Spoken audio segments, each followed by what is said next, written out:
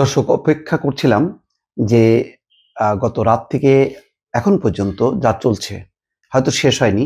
আজকে হয়তো সারাদিন চলবে, কালকেও চলবে।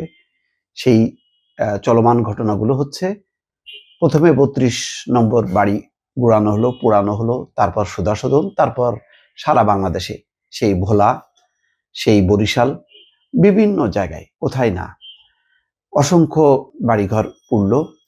এবং যেসব বাড়ি ক্ষতিগ্রস্ত হলো সেগুলো আগেই ২-৩ দফা এর আগে ভাঙচুর, লুটপাট, অগ্নিসংযোগ করা হলো। নতুন, নতুন হয়তো কিছু যুক্ত হয়েছে। তার মধ্যে হয়তো সুধাসদন, যেমন সর্বশেষ খবর যে সুধাসদন এখনো জ্বলছে, তারপরে সেখানে চলছে লুটপাট।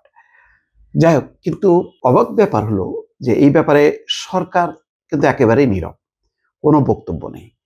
আইন শৃঙ্খলা রক্ষাকারী বাহিনী আছে দূরে, দূরে, কিন্তু তারা নীরব। তারা বাধা দিচ্ছে না। তার মানে সরকারের একটা সাপোর্ট আছে। কিন্তু সরকারের সমর্থন আছে, সেটা আবার তার কোনো বহিঃপ্রকাশ নেই। অর্থাৎ কোনো মুখপাত্র বলছে না। এমনকি যেই ছাত্র উপদেষ্টারা আছে সরকারের, তারাও কিন্তু নিশ্চুপ। তারাও কিন্তু আজকে সারাদিন এই ঘটনাগুলোর ব্যাপারে তারা এটাকে উৎসাহ দেয়া, এটা যাতে আরো ত্বরান্বিত হয়। যেমন কেউ, কেউ বলছেন যে স্বৈরাচারের কোনো চিহ্ন রাখা হবে না। তো স্বৈরাচারের চিহ্ন একেবারে নিঃশেষ করার জন্য জনগণকে আহ্বান জানানোর এই সিদ্ধান্তটা সরকারি পর্যায় থেকে আমরা দেখলাম না। আরো অবাক ব্যাপার যে রাজনৈতিক দলগুলো নিশ্চুপ। বিএনপির কোনো অফিসিয়াল কোনো বক্তব্য নেই। শুধুমাত্র মেজর হাফিজের একটা বক্তব্য দেখলাম। তিনি বলছেন যে ৩২ নম্বরে হামলার পুরো চিত্র দেখার পর তারা এ বিষয়ে কথা বলবে। তো কি কথা বলবে? মানে যেটা ৩২ নম্বরে হামলার পরিপূর্ণ তথ্য পেয়ে দলীয় অবস্থান জানাবে বিএনপি। তো সেইটার ব্যাপারে কি এখন পর্যন্ত কি বাকি আছে? মানে শুধুমাত্র মা মাটির সাথে মিশানো বাকি আছে। কিন্তু সেই কাজটা তো চলমান। আজকে যেকোনো দিন হয়ে যাবে। কিন্তু ইতিমধ্যে তো গত রাত থেকে তো একটা পরিস্থিতি তৈরি হয়েছে। এটা কি কারণে? এটা কি সব রাজনৈতিক দলগুলোর সমর্থনে একটা মিনি অভ্যুত্থান ঘটলো? প্রতিবাদ হলো? এই প্রতিবাদটা কি যথার্থ ছিল কিনা? একমাত্র দল জামাতে ইসলাম কিন্তু বলেছে যে যা ঘটেছে সেটা শেখ হাসিনার উস্কানির ফলে ঘটেছে। তো সেটাও একটা রাজনৈতিক অবস্থান বা বক্তব্য।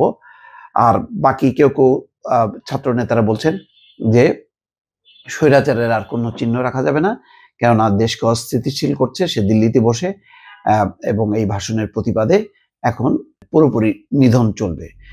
তো যেহেতু বিষয়টা এখন একটা সরকার ক্ষমতায় আছে, তার পুরো তার পুলিশ বাহিনী আছে, তার আনসার বাহিনী আছে, তার বিজিপি আছে, র্যাব আছে, সবই আছে। তো একটা পরিপূর্ণ সরকার যখন ক্ষমতায় আছে এবং তার বয়স একেবারে ১ মাস ২ মাস না, ইতিমধ্যে ৬ মাস পার হলো। ৬ মাসের মাথায় এসে এই ঘটনার পর যেই ঘটনা ঘটছে ঢাকা এবং সারা বাংলাদেশে, সেই ব্যাপারে আইন শৃঙ্খলা জনিত যদি এটা পরিস্থিতি হয়, তো সেই ব্যাপারেও একটা বক্তব্য রাখা দরকার ছিল।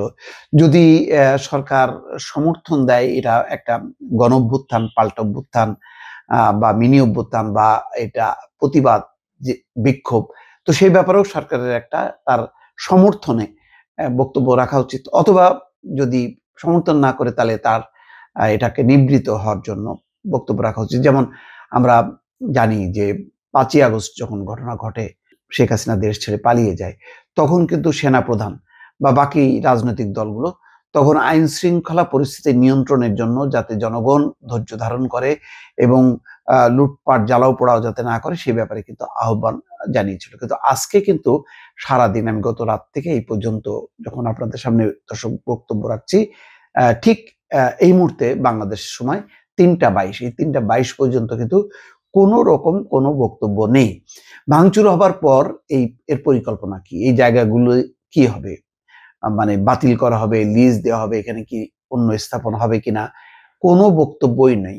মানে যদি ধরেন আজকে চোখ বন্ধ করে এই ঘটনাটা ৫ তারিখে হতো, ঠিক আছে। তখন যেহেতু সরকার নেই, মানে হাজার, হাজার লক্ষ, লক্ষ মানুষের বিক্ষোভ, সেটা বোঝা যেত। আজকে কিন্তু ৫ই ফেব্রুয়ারি, এটা বলা যাবে না লক্ষ, লক্ষ মানুষ ঘর থেকে নেমে এসে বিক্ষোভ করেছে। হ্যাঁ, বিক্ষুব্ধদের একটা অংশ বলা যায়।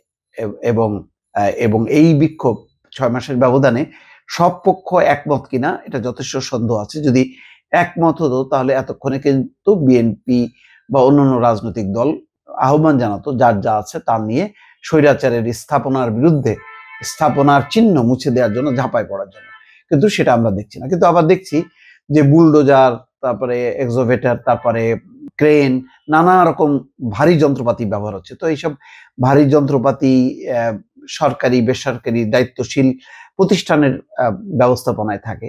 তো সেক্ষেত্রে কি সরকারের সমর্থন আছে নাকি নেই? যৌথ বাহিনী কি করছে এই পরিস্থিতির মধ্যে? সবকিছু মিলে একটা কিন্তু ঘোলাটে অবস্থা।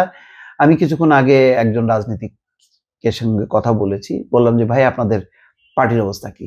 বলল, "এখনো বুঝতে পারছি না। অফিসে যাচ্ছি, অফিসে যেয়ে সবার সাথে কথাবার্তা বলে বুঝে তারপরে বক্তব্য দেব।" তার মানে সবাই কি প্রস্তুত ছিল না? এমন একটা ঘটনা ঘটলো যে সবাই বিস্মিত হয়ে গেল। আ সবাইকে টেক্কা দিয়ে একটা প্রতিবাদ বিক্ষোভ সংঘটিত হয়ে গেল। সেটা কি সরকারের সমর্থনে নাকি সরকারের বাইরে? কেমন একটা ঘোলাটে অবস্থা। সেইটা সরকার চুপ থাকলেও এটি যেহেতু দেখলাম ৩২ নম্বরের এই ঘটনাটা সকল আন্তর্জাতিক গণমাধ্যম এটা ব্যাপকভাবে প্রচার করেছে। তো সুতরাং নানা আন্তর্জাতিক সংস্থা, বাংলাদেশে অবস্থিত পশ্চিমা দূতাবাসগুলো বা আন্তর্জাতিক মহলের কোনো না কোনো অংশ এটি যখন কি প্রশ্ন করবে সরকারকে বা বিবৃতি দেবে, তখন তাদের বক্তব্য কি হবে?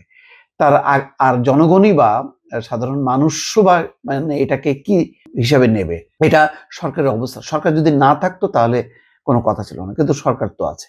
তারপরে বিএনপি বা চুপ করে আছে কেন? বিএনপির মতন একটা দায়িত্বশীল রাজনৈতিক দল, যাদেরকে বলা হয় যে তাদের সমর্থিত, বিএনপি জামাতের সমর্থিত একটা সরকার। তো জামাত যেমনটা বলেছে যে শেখ হাসিনার কারণেই আজকে এই ঘটনা। তো বিএনপি সেই কথাটা বলছে না কেন? তারা নীরব আছে কেন? তারা কতক্ষণ পর্যন্ত পরিস্থিতি দেখার পর তারা বক্তব্য দেবে? এগুলো নিয়ে একটা মানে খুবই এলোমেলো একটা পরিস্থিতি বোঝা যাচ্ছে দর্শক। জানি না শেষ পর্যন্ত কি হবে এবং এই স্বৈরাচারের যেই কোনো চিহ্ন মুছতে আর কত সময় লাগবে সেটাও বোঝা যাচ্ছে না।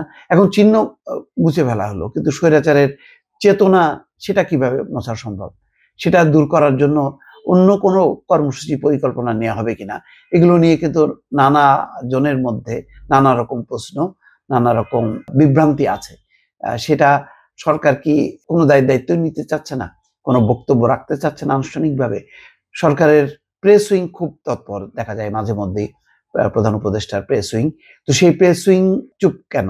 তারা কোনো বক্তব্য দিচ্ছে না কেন? তার চেয়েও তো অনেক কম গুরুত্বপূর্ণ, কম ঘটনা, যেমন মাজারে হামলা বা এখানে ওখানে যে টুকটাক যে কিছু হয়, সাথে সাথেই তাদের একটা বক্তব্য দেখা যায়। কিন্তু গত রাত থেকে এই পর্যন্ত যে পরিস্থিতি, সেই পরিস্থিতির ব্যাপারে তারা চুপ করে আছে কেন? এগুলো নিয়ে একটা মিশ্র একটা আ অবস্থা। সেটা কি যদি চলতে থাকে, তাহলে কি ট্রাম্পের ওই কথাটাই কি আবার প্রমাণ হবে যে বাংলাদেশ এখন একটা বিশৃঙ্খল অবস্থার মধ্যে চলছে? আমরা কি নতুন একটা বিপদকে মানে ওয়েলকাম করছি কিনা বা অপেক্ষায় আছি কিনা দর্শক? ভালো থাকবেন। আল্লাহ হাফেজ।